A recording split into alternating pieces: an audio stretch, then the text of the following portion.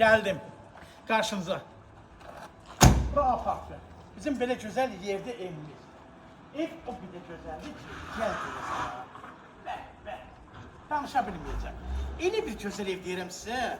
Başım adam niz eləsin ki, bu ev sizə çatdırsın da. Ev dədə baba evi, raketdən vursan dağılmaz. Elə bir evdir ki, gəl görəsən. Bəh. Bura A parkın qabağı. Yola çox dəyərli. 4 dəqiqə 4 saniyə yoldur. Gəlin içəri girəyim.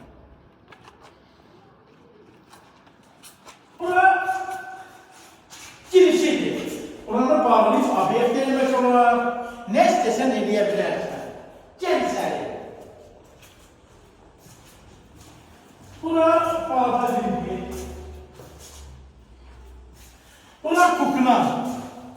Kukuna deməkdən tək bura kukuna deyil. Baxın. İndi mən qalxacam yuxarıya. Sanuzi görsət. Burada paltasız asmağa eləməyə. Bura sanuzi. Görsədən hamısı bir dənə. Ev kupcalı. Kupca sözü çox qəşəng sözdür. Sağa dönmən. Balaca bir gençli otaq. Balaca bir gençli otaq.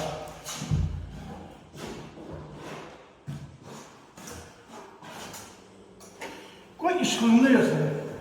Hələ sola dönmən. Sağa. Bir dənə də sanusi. Demək aşağıda sanusi var, yuxarıda da. Burada da bir otaq. Baxın, ikinci otaq oldu bu. Ev çölə açılır. Həm elə dənizə baxır. Bura Araz marketdir. Araz marketdə görsət. O binanın altı Araz marketdir. Yanında hər şeyi var. Çünki hamı da xalanı deyirəm ki, qoy mənim xalqım fikirdəkin mağaza var, yol uzaqsı yox. Mən yolu yaxın görsədim. Sola dönürəm, burada bir kuna. Demək aşağıda da kuna var, yuxarıda da kuna var. Hər iki yerə kuna var. Aşağı yuxarı.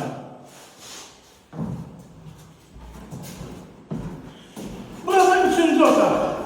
Hamının ışığı yandırma. Baxın. Ev kupcalıdır. Kupca necə deyərlər? İnsanın dilində bir şəkərdir. Sözü deməli onun ürəyə açılır ki, ev kupcalıdır. Allah bunu alana xeyirdir. Çox qiymətə deməyəcəm.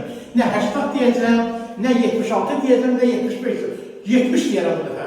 Allah alana xeyir versin.